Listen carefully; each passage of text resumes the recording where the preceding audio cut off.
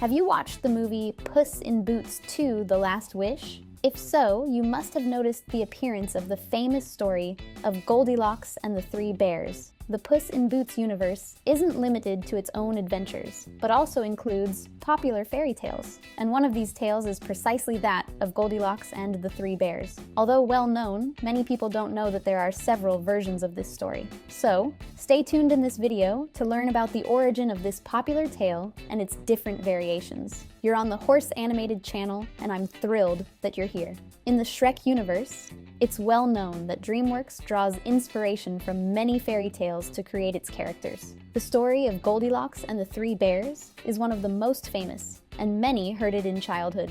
The story goes like this. There was once a charming bear family living in a distant forest. They had 3 of everything: bowls, beds, and chairs, each of a different size. Regularly, Papa Bear, Mama Bear, and their little bear cub would take a morning stroll through the forest before lunch. Before they left, Mama Bear would set the table so they could enjoy the meal upon their return. One day, after the bear family had gone out for their weekly stroll, a lost little girl in the forest arrived near their house. She was blonde with curly hair and was known as Goldilocks. Goldilocks, with tremendous hunger, caught the delicious aroma of food coming from the kitchen of that house. She knocked on the door, but no one answered since the bears were away. She decided to enter without permission. On the table, she saw 3 bowls of soup and decided to try them. The soup in the largest bowl was scalding hot. The one in the medium bowl was cold, but the one in the smallest was perfectly warm and delicious. After satisfying her hunger, she wanted to rest. Observing the 3 chairs in the room, she noticed that the first one was too big, the second was too wide, and when she sat on the third, a tiny chair, she broke it completely. Goldilocks, in search of another place to rest in that house, went upstairs and found 3 beds. She tried the first, which was the largest, but it was too hard. She then tried the second, of medium size, but the mattress was too soft. Finally, she lay down on the smallest, which was perfectly comfortable and warm, falling asleep right there. Meanwhile, the bear family returned from their stroll and soon noticed something wrong. The door was open. Upon entering, they found the room in disarray and the kitchen messy. The little bear cub noticed that someone had eaten his soup and broken his chair. Papa Bear noticed the confusion on the table. When they reached the bedroom, Mama Bear complained upon seeing the bed in disarray. But the little bear, approaching his bed, saw Goldilocks sleeping in it and called his parents to see.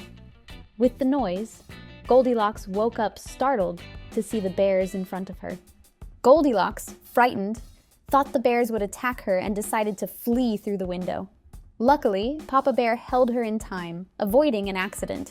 After calming Goldilocks down, the bear family explained that they were the owners of the house and were there when she arrived. After this episode, Goldilocks and the bears became close friends. The bears helped Goldilocks return home, and she promised never to meddle in other people's affairs without permission again. However, the story has various versions. Some sources claim that the bowls contained soup, while the most well-known version indicates they were filled with porridge. You've probably heard this latter version in childhood, haven't you?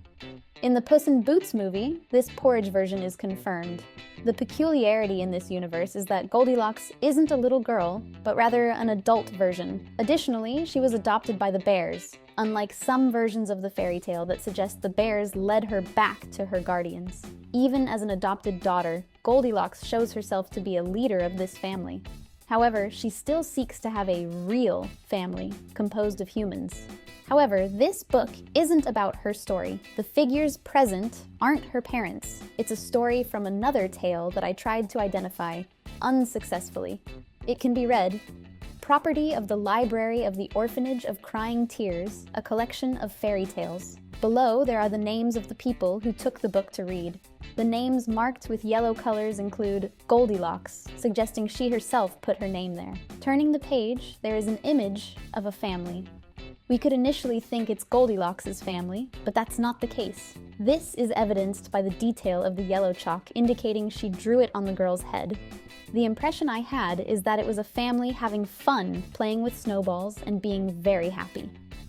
A passage said, "The mother laughed when the girls hit their father right on the rear with their fastest snowball. This was followed by a flurry of powder attacks, overwhelming the veteran snowball soldier, lying motionless in the snow he once ruled. The father now knew his reign was over, and it was an emotional moment. The little girl began to celebrate atop her father's ice-covered shoulders. The girl looked at the mother and smiled. At that moment, they all knew that everything was right, and they lived happily ever after. In conclusion, Goldilocks has always been an orphan. The book was the property of the orphanage library, and she arrived at the bear's house with this book in hand. She read it several times. It must have been her favorite movie. Well, the characters aren't evil. They are thieves, a crime family. But they don't quite reach being villainous, like the other character presented, Little Jack Horner. Leave your like, subscribe to the channel, and activate the bell. I'll leave a video there on the screen for you to check out my content, and see you in the next video.